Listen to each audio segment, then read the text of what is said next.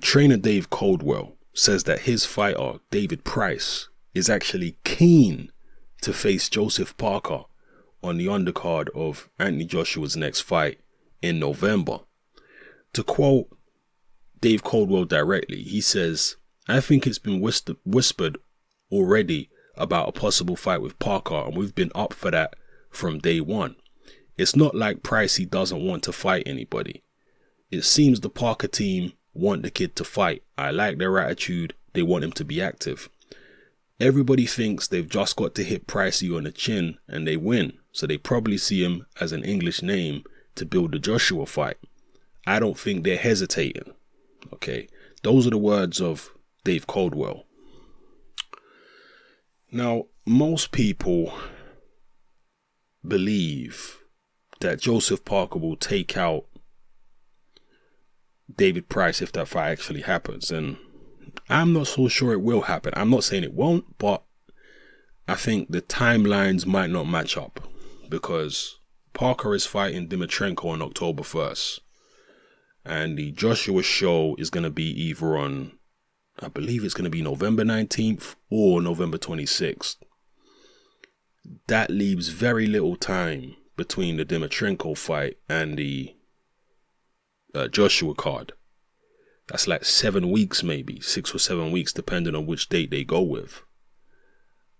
So from already being in one camp for Dimitrenko, which would have been a 6-7 week camp, having no rest and going straight into another camp to train for David Price, I'm not so sure. Unless they would take a break and then, maybe have a 5-week camp for Price, because they might not need a 6-week camp since the level of fitness will already be there.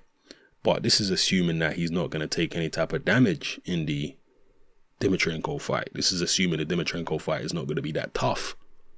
What if it is? I mean, we just don't know.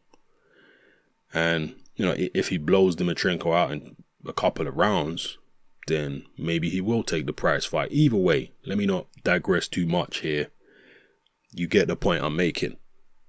That there isn't that much time between the two fights, so will it happen? I don't know. If it does happen, most people feel that Parker will take out David Price. They feel like Parker is too fast. They feel like his reflexes are too good. That he's a good combination puncher. He's aggressive. And that he'll be too much for old Pricey.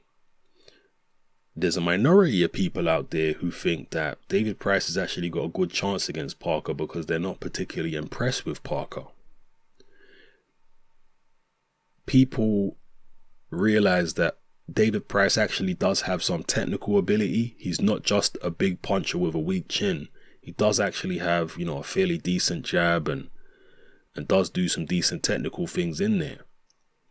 I know it's difficult to get the images out of your mind of the Erkan-Tepa fight, but Erkan-Tepa was juiced up to the eyeballs in that fight. We know that for a fact.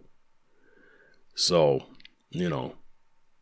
I think we can be at least a little skeptical of the way Tepa performed in that fight.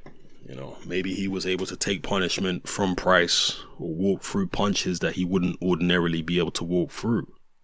And because of Tepa's style with his hands held high, he never really took the shots clean from Price anyway. So yeah, there are some people who look at Joseph Parker, who does stand very tall, Parker, who doesn't have the greatest defense, who hasn't fought a big puncher yet in his career. And they think, you know what? I reckon Price could beat him. Styles do make fights at the end of the day. This is heavyweight boxing. What would happen if Joseph Parker got clipped on the chin clean by David Price? I mean, we know, or at least we assume, that if Parker clips Price on the chin, it's good night Vienna. But what happens if the reverse takes place and it's Price that clips Parker with something? With one of those uppercuts maybe. Price has got a very good right uppercut that's taken a lot of men out. What if Parker comes rushing in, gets clipped with that shot? And oh yeah, I have to clarify something. I did a previous video about Eddie Hearn a few days ago. And in that video, I was asking a question, why is Eddie Hearn talking about Parker fighting David Price in an eliminator? Well, thanks to some individuals in the comment section below, I've now come across the answer. And basically, anybody who Joseph Parker fights between now and when he has his shot against Joshua, if he gets his shot against Joshua, assuming Parker keeps winning, any fight that he has, even if he takes an 8-rounder or whatever type of fight against a journeyman, that would still be classed as an eliminator. So it's not that he has to fight before fighting Joshua. It's just that if he does fight, if he were to lose, the person who beats him would inherit Joseph Parker's mandatory position. So that's why they would have to call it an eliminator. So it is what it is. I think it's interesting that the Parker team are talking about fighting David Price.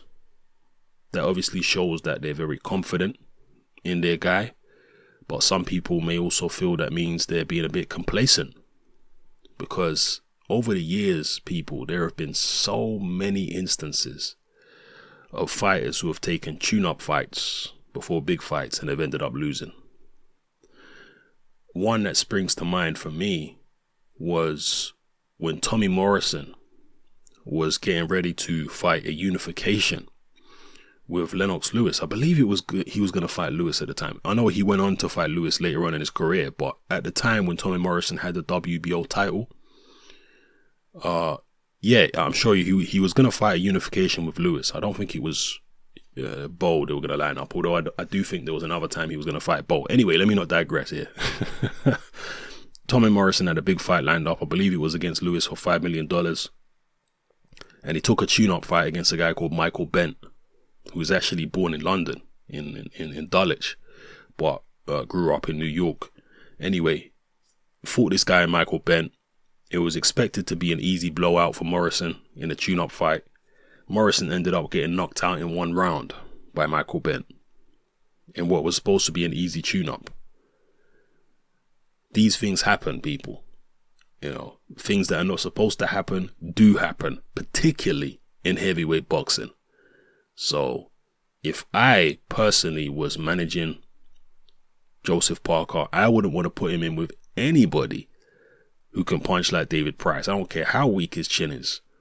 If I was managing him, I'd be like, hell no. Yeah, we know Price is chinny. And if this was for a title, or if it was, a ranking fight to try and get Joseph Parker's rank higher, then yeah, we'd take David Price if we had to. But just as a tune-up fight, no way am I putting my guy in with somebody that hits this hard. No way.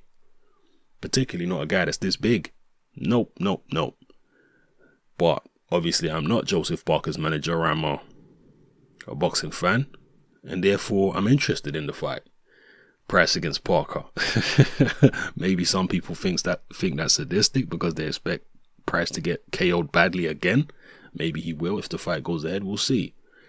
But nonetheless, I like discovering new things about Joseph Parker. What he can actually do. How he's going to handle these giants in the heavyweight division. He's fighting Dimitrenko first.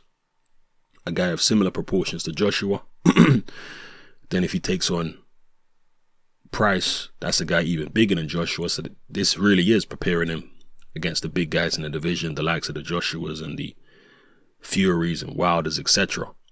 So, I'm eager to see how Joseph Parker copes with these big guys.